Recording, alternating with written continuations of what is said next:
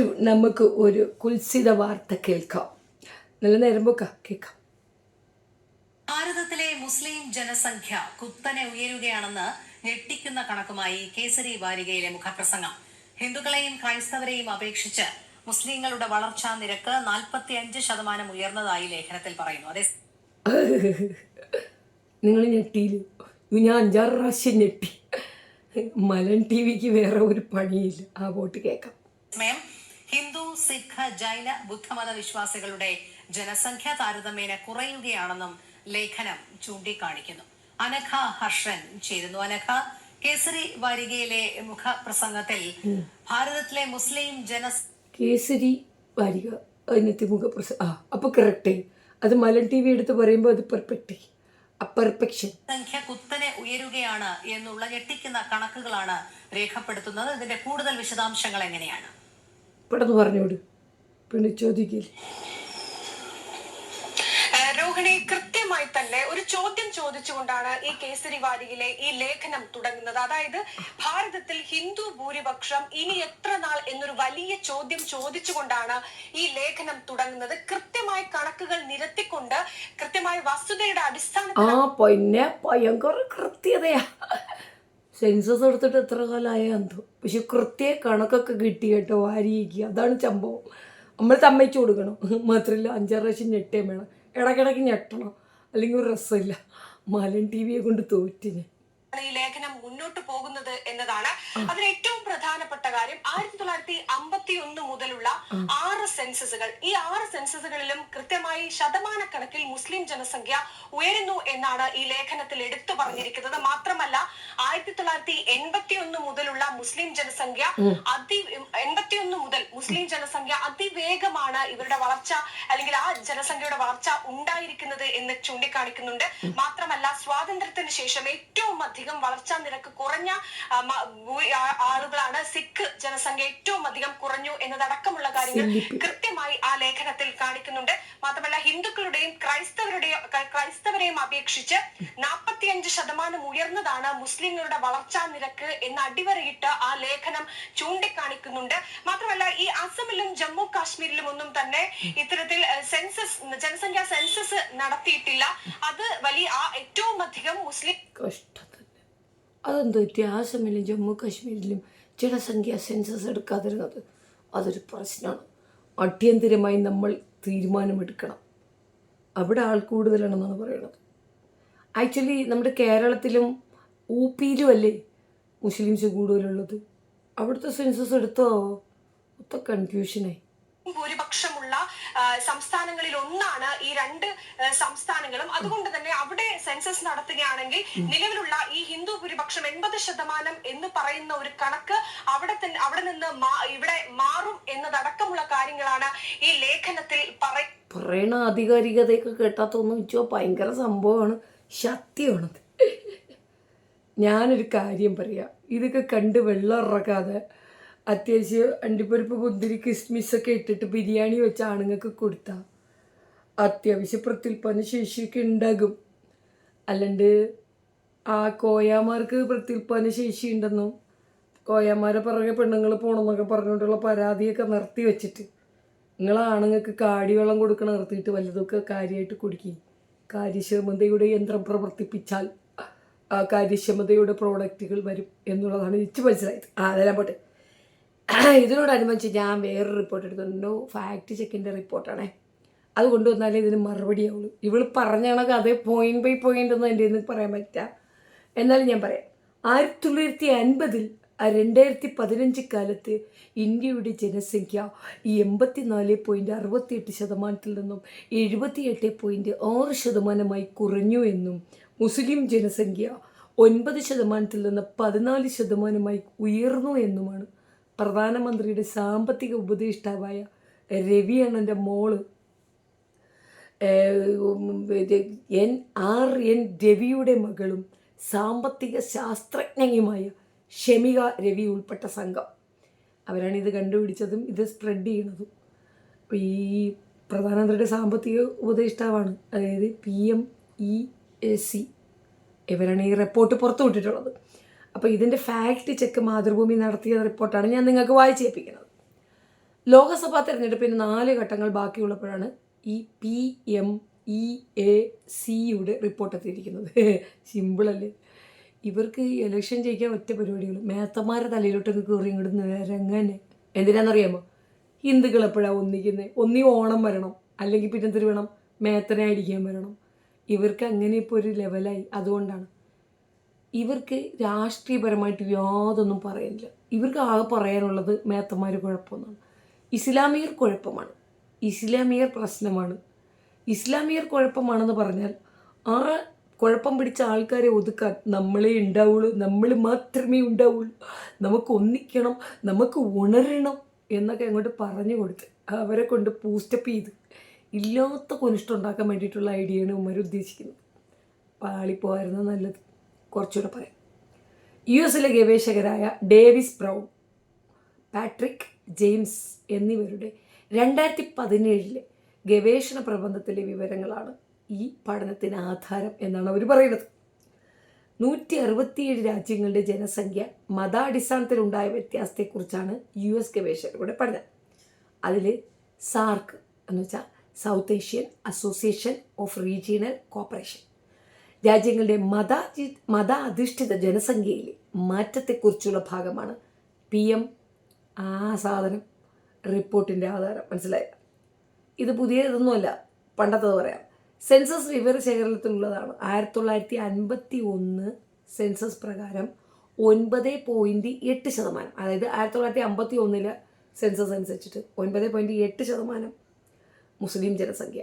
2011 സെൻസസിൽ 14%. അപ്പോൾ വ്യത്യാസം നോക്കണം. 51, 61, 71, 81, 91, 10 അങ്ങനെ 50 കൊല്ലം കൊണ്ട്, 50 അല്ല, ഒരു 60 കൊല്ലം കൊണ്ട് 14% കൂടി. അപ്പോൾ എത്ര കൂട്ടി? ഒരു 5% വർധനവ് വന്നിട്ടുള്ളത്. അതേസമയത്ത് ഹിന്ദുക്കൾ 1951 ഹിന്ദുക്കളുടെ ജനസംഖ്യ 84.1 അന്നത്തെ ശതമാനം. 2011 79. ഈ പഠനമനുസരിച്ചിട്ട് ഇവർ പറയുന്നത് 78. 2015 ഇത് 78% കുറഞ്ഞെന്നാണ് പറയണേ. അപ്പോൾ 2011 നിന്ന് 2015 മുസ്ലിം ജനസംഖ്യ ആനുപാതികമായി വർദ്ധിച്ചതായിട്ട് കാണുന്നുമില്ല, മറിച്ച് മൈനസ് ആവുകയാണ് ചെയ്തിട്ടുള്ളത്. 1951 ശേഷം ഇന്ത്യയിലെ മതവിഭാഗങ്ങളുടെ ജനസംഖ്യയിൽ നേരിയ തോതിലേ മാറ്റമുണ്ടായിട്ടുള്ളൂ. ഓരോ 10 വർഷം കൂടുമ്പോഴും ജനസംഖ്യാ വളർച്ച നോക്കിയാൽ കഴിഞ്ഞ മുൻപതിറ്റാണ്ടിൻ്റെ മുസ്ലിങ്ങളുടെ വളർച്ചാ നിരക്ക് കുറയുകയാണ് ചെയ്തതെന്ന് സെൻസസ് വിവരശേഖരം പരിശോധിച്ചാൽ മനസ്സിലാവും. സെൻസസ് റിപ്പോർട്ട് ഉണ്ടാവുമല്ലോ 10 വർഷത്തിലൊരിക്കൽ. ഇപ്പോൾ വന്നില്ല കേട്ടോ, 2011 ശേഷം പിന്നെ വന്നിട്ടില്ല. പക്ഷേ എടുത്തു നോക്കിയാൽ കുറവാണ് റിപ്പോർട്ട് ചെയ്യപ്പെട്ടിട്ടുള്ളത്. 1981 തൊട്ട് 1991 കാലത്ത് 32.9% മുസ്ലിം ജനസംഖ്യ വളർച്ചാ നിരക്ക്. പിന്നീട് 2001 തൊട്ട് 2011 വരെ അത് 24.6% കുറഞ്ഞു. മുമ്പ് 32 ആയിരുന്നെങ്കിൽ അത് പിന്നെ കുറഞ്ഞു. 32.9 കുറഞ്ഞു. 8% കുറവാണ് വന്നിട്ടുള്ളത്. ഇതേ കാലയളവിൽ ഹിന്ദു ജനസംഖ്യ 22.7% നിന്ന് 16.8% കുറഞ്ഞു. അവരുടെയും കുറവാണ്, 5.9. അതിൻ്റെ കാരണം മറ്റൊന്നല്ല. ഇപ്പം നമ്മളുടെയൊക്കെ ഇപ്പം എനിക്ക് എൻ്റെ കുടുംബത്തിൽ എൻ്റെ ഉമ്മച്ചിക്ക് 10 മക്കളാണ്, അവർ 10 മക്കളാണ്. അവരുടെയൊക്കെ മക്കളുടെ അടുത്ത് വെച്ചിട്ട് എല്ലാം 3ഉം 2ഉം ഒക്കെയാണ്. ഞങ്ങൾ 2, 2, 2 അതിൽ കൂടുതലില്ല. അപ്പോൾ ഈ സാമ്പത്തിക അഭിവൃദ്ധി, വിദ്യാഭ്യാസം ഒക്കെ വന്നതിനോടനുബന്ധിച്ച് സമത്വം വരികയും ആണും പെണ്ണും ജോലിക്കൊക്കെ പോകുന്നൊരു സാഹചര്യം വന്നപ്പോൾ ഈ മെഷീൻ ഓപ്പറേഷൻ കുറച്ച് നിർത്തി വെച്ചിട്ട് കാലാനുസൃതമായ മാറ്റങ്ങൾ ഇസ്ലാമിൽ വന്നിട്ടുണ്ട്. അതുകൊണ്ട് തന്നെ ജനസംഖ്യ അങ്ങനെ ആനുപാതികമായി വർദ്ധിക്കുന്നു എന്നുള്ളത് തെറ്റായ ഒരു പ്രചരണമാണെന്നാണ് പറഞ്ഞു എന്നതിൻ്റെ ചുരുക്കം. അതാണ് ഞാൻ പറഞ്ഞു എന്നതിൻ്റെ ചുരുക്കം. ഇപ്പോൾ രാജ്യത്ത് സെൻസസ് നടന്നിട്ട് ഇപ്പോൾ തന്നെ 2011 ശേഷം ഇനി ഉണ്ടായിട്ടില്ല. അപ്പം ഇനി എടുക്കേണ്ടിയിരിക്കുന്നു.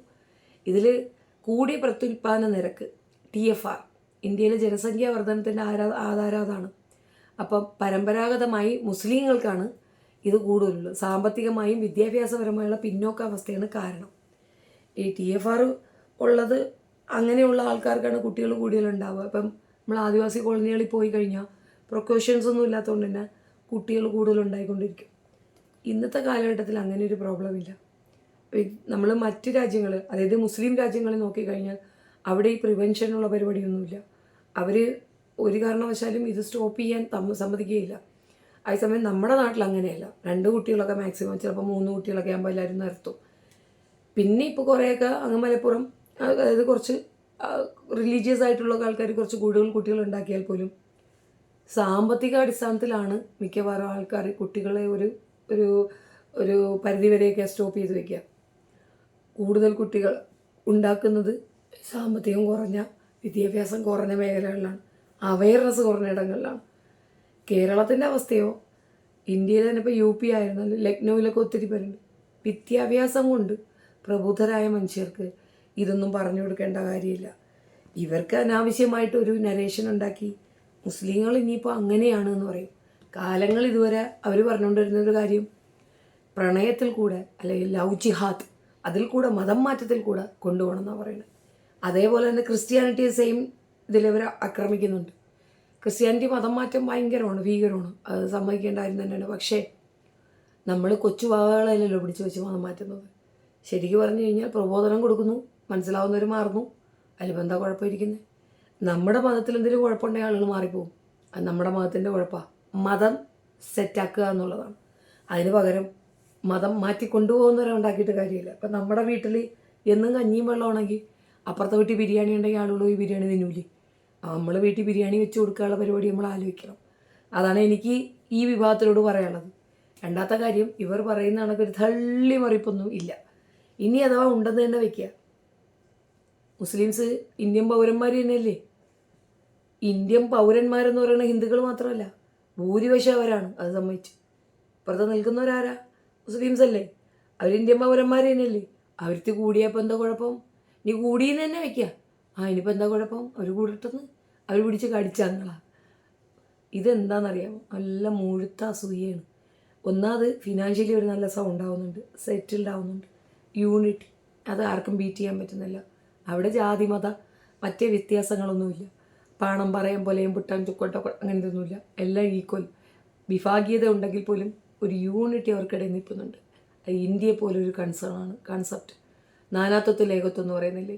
നാനാ ജാതി മതസ്ഥരാണെങ്കിലും ഇന്ത്യൻ എന്ന് പറയുമ്പോൾ അവർ ഒന്നിക്കുന്ന അതേ ഒരു വ്യവസ്ഥയാണ് മുസ്ലിങ്ങൾക്കും ഉള്ളത്. പല വിഭാഗം ഉണ്ടെങ്കിലും മുസ്ലിങ്ങളാണെന്ന് പറയുമ്പം അവർ ബേസിക്കലി ഒന്നാവും. ഇത് കാണുമ്പോൾ കുത്തിക്കഴപ്പ് ഇളവുന്ന ആൾക്കാർ സ്ഥിരം ചെയ്യുന്നൊരു പരിപാടിയാണ്. ഇതിനൊക്കെ അത്ര പ്രാധാന്യം കൊടുത്താൽ പോരെ എന്നുള്ളതാണ് എൻ്റെ ചോദ്യം. കായാമാർക്ക് മക്കളുണ്ടാകുന്നുണ്ടെങ്കിൽ അവന്മാർ വല്ല പിസ്തയും ബദാമൊക്കെ തിന്നിട്ട് അത്യാവശ്യം പ്രോഗ്രാം ചെയ്യുന്നുണ്ട്. അതുപോലെ നല്ല പ്രോഗ്രാമൊക്കെ ചെയ്താൽ നിങ്ങൾക്ക് കൊച്ചുകളൊക്കെ ഉണ്ടാകും. ഒരു പ്രിക്കോഷനൊക്കെ എടുത്ത് പെണ്ണുങ്ങൾ പ്രസവിക്കാൻ തയ്യാറല്ലെന്നൊക്കെ പറയുകയാണെങ്കിൽ നിങ്ങൾ വിട്ടുകൊടുക്കി. അതൊക്കെയല്ലേ നമ്മൾ നീനൊക്കെ വല്ല വേർത്തിയിട്ട് പറഞ്ഞു കളയും. അതുകൊണ്ടാണ് ഞാൻ പിന്നൊന്നും പറയാത്തത്. ഇറ്റേ പരിപാടി ഇത്രയേ ഉള്ളൂ. കേസരിയാണ് എനിക്കും മലൻ TVക്കും വേറെ പണിയൊന്നും ഇല്ലെന്നാണ് എൻ്റെ ചോദ്യം. ഒരു കാര്യം മനസ്സിലാക്കുക, നിങ്ങൾ ഈ ഫേക്ക് ന്യൂസൊക്കെ പ്രചരിപ്പിക്കുകയും തോന്നിവാസങ്ങൾ പറയുകയൊക്കെ ചെയ്യുമ്പോൾ ഇപ്പുറത്ത് നിൽക്കുന്നവർക്ക് ഞങ്ങളും പ്രബോധനവും ആഹ്വാനവും ഒക്കെ കൊടുക്കുമ്പോൾ പണി പാടുവേ. ഒന്നുമില്ലെങ്കിലും അറ്റ്ലീസ്റ്റ് കേരളത്തിലെങ്കിലും ശതമാനത്തിൽ കൂടി നിൽക്കുന്നത് ഞങ്ങൾ തന്നെയാണ്. അപ്പോൾ അത് പ്രശ്നമാണേ. ആ പ്രശ്നമാണെന്ന് മാത്രമേ ഞാൻ പറയുന്നുള്ളൂ, വേറൊന്നും ഞാൻ പറയുന്നില്ല. കൊച്ചുകളെ ഉണ്ടാക്കാനും വയ്യേ, അതും കുഴപ്പമാണ്. അല്ലടാവേ, സുരേഷ് ഗോപിക്ക് 5 ഉണ്ടല്ലോ, നീലാമ്പൂട്ടില്ല. അഹാന കൃഷ്ണ അതും 4 ഉണ്ടല്ലോ. പക്ഷെ മമ്മൂട്ടിക്ക് 2 ഉള്ളൂ. അതെന്ത്? മോഹൻലാലിൻ്റെ കേസ് എടുത്തോ 2 ഉള്ളൂ. അപ്പോൾ കറക്റ്റ് മാച്ചപ്പായി. മിക്കവാറൊക്കെ എടുത്തു നോക്കിയാൽ ചെറുറക്കി ഒരുപാടുണ്ടാക്കണത് നിങ്ങളാണല്ലേ. എന്നാലും പേത്തന്മാരെ കിടക്കാൻ സമ്മതിക്കത്തില്ല. പോട്ടെ. ഒരു രാജ്യത്തെ സാമ്പത്തിക നേട്ടം മുൻനിർത്തിയാണെങ്കിൽ ജനസംഖ്യ കുറയുന്നതാണ് നല്ലത്. പക്ഷേ അതിലൊരു കാര്യമുണ്ട്, നമുക്കതിൻ്റെ ഫെസിലിറ്റീസ് ഉണ്ടെങ്കിൽ ജനസംഖ്യ കൂടുന്നുണ്ട്, പ്രശ്നമൊന്നുമില്ല. ഈക്വലായി എല്ലാവരും പരിഗണിക്കാൻ പറ്റുകയും വിദ്യാഭ്യാസവും ഭക്ഷണവും സൗകര്യങ്ങളും ഈക്വലായി കൊടുക്കാൻ സാധിക്കുകയും ചെയ്യുന്നുണ്ടെങ്കിൽ ജനസംഖ്യ ഈസ് നോട്ട് ആൻ ഇഷ്യൂ. അത്രയും പരന്ന് കിടക്കില്ലേ ലോകം. അവരുടെ കൺസെപ്റ്റ് അല്ലെങ്കിൽ പുരാണികപരമായി പറയുകയാണെങ്കിൽ അവർ പറയുന്നതിൽ കാര്യമുണ്ട്. 100 വർഷത്തിന് മേളിൽ ജീവിച്ചിരിക്കാനുള്ള പുതിയ ട്രിക്കൊന്നും നമ്മുടെ ഇല്ലല്ലോ. 100 വർഷം കഴിയുമ്പോൾ പൊഴിഞ്ഞു പോകേണ്ടവർ പൊഴിഞ്ഞു പോകും, ബാക്കിയുള്ളവരവിടെ ഉണ്ടാവും. അത്രയേ ഉള്ളൂ. മാറ്റങ്ങൾ ഉണ്ടായിക്കൊണ്ടിരിക്കും. മാറ്റങ്ങൾക്കനുസരിച്ചിട്ട് ജീവിക്കാനുള്ള സാഹചര്യവും നമുക്കുണ്ടാവും. പണ്ട് യന്ത്രങ്ങളൊക്കെ വരുന്ന സമയത്ത് ഇവിടെ കമ്മ്യൂണിസ്റ്റുകാരും നിലവിളിച്ചു എല്ലാവരുടെയും ജോലി പോകുന്നു. അങ്ങനെയാണോ? യന്ത്രം വന്നുകൊണ്ട് ആർക്കെങ്കിലും ജോലി നഷ്ടപ്പെട്ടോ? ഒരിക്കലുമില്ല. പക്ഷെ അത് മനസ്സിലാക്കാൻ സമയമെടുത്തു. അതേപോലെ തന്നെ പണ്ട് നമ്മൾ വീടിനകത്ത് കോഴിയെ വളർത്തും. ഇന്നിപ്പോൾ നമ്മൾ ഇൻക്യുബുലേറ്ററൊക്കെ വെച്ചിട്ട് കോഴി ഉണ്ടാക്കും, മുട്ട ഉണ്ടാക്കും, എല്ലാം നിമിഷ നേരം കൊണ്ട് സാധിക്കും. So according to me technology ഡെവലപ്മെൻറ്റൊക്കെ ആയാൽ ഇതൊക്കെ നമുക്ക് അഡ്ജസ്റ്റ് ചെയ്ത് പോകാവുന്ന സാധനങ്ങളേ ഉള്ളൂ. ഇപ്പോൾ മനുഷ്യ പ്രസവിക്കുക പോലും വേണ്ട, അല്ലാതെ തന്നെ കൊച്ചുങ്ങളെ ഉണ്ടാക്കുന്നുണ്ട്. ഇതൊക്കെ ഒരു ചർച്ച. ഇതെല്ലാം പറഞ്ഞുകൊണ്ട് രാഷ്ട്രീയത്തിലേക്ക് ഇറങ്ങണമെന്നൊക്കെ ഉള്ളത് ഗതികേടാണ് BJPയുടെ. അത്രേ എനിക്ക് പറയാനുള്ളൂ. കേസരി പോലുള്ളതും മലൻ TV പോലുള്ളവർക്കും ഇസ്ലാമിക വിരുദ്ധത പറയാൻ ഈസിയായി സാധിക്കുന്ന എന്തുകൊണ്ടെന്നറിയാം? ഇപ്പുറത്ത് നിൽക്കുന്നവർ മൗനമാവുന്നത് കൊണ്ടാണ്. നിങ്ങളുടെ മൗനമാണ് അവരെ ആയുധമാക്കുന്നത്. ആ മൗനം വെടിയേണ്ട അവസ്ഥ വന്നാൽ അത് വെടിഞ്ഞ് അതിനെതിരെ ശക്തമായി പൊരുതുക എന്നുള്ളതാണ്. മക്കളെ ഉണ്ടാക്കുന്നത് ഇന്ത്യൻ പൗരന്മാർ തന്നെയല്ലേ, പുറത്തുനിന്നാരൊന്നുമല്ലല്ലോ. അത് പറയാനുള്ള ആർജവം നമ്മളിൽ ഓരോരുത്തർക്കും ഉണ്ടാകുമ്പോൾ ഈ കുത്തിക്കഴപ്പ് തീരും. സ്വരം ശരിയല്ലാത്തത് കൊണ്ടാണ് ഇങ്ങനൊരു വോയിസ് വരുന്നത്. പനിയടിച്ചു, സ്വരം പോയി, കുക്കുളിയാൻ പോയിട്ടാ. അതുകൊണ്ടാണ്. നിങ്ങളുടെ അഭിപ്രായം കമൻറ്റിൽ രേഖപ്പെടുത്തുക. ഇതിൻ്റെ ഒരു ഡീറ്റെയിൽഡ് വേർഷൻ ഞാൻ വീണ്ടും ചെയ്യുന്നതായിരിക്കും. തൽക്കാലം ഇത്രയേ ഉള്ളൂ. വീഡിയോ ഇഷ്ടപ്പെടുകയാണെങ്കിൽ ലൈക്ക് ചെയ്യുക, ഷെയർ ചെയ്യുക ആൻഡ് സബ്സ്ക്രൈബ് മൈ ചാനൽ. അപ്പോൾ കോയന്മാരെ നോക്കി വെള്ളം ഇറക്കാതെ അത്യാവശ്യം ആ നട്ട് ബോൾട്ടൊക്കെ ടൈറ്റാക്കി നല്ല നട്ട്സൊക്കെ വാങ്ങി തന്നാൽ നിങ്ങൾക്കും ഉണ്ടാക്കാം കോയന്മാരെ പോലെ. Okay, all the best.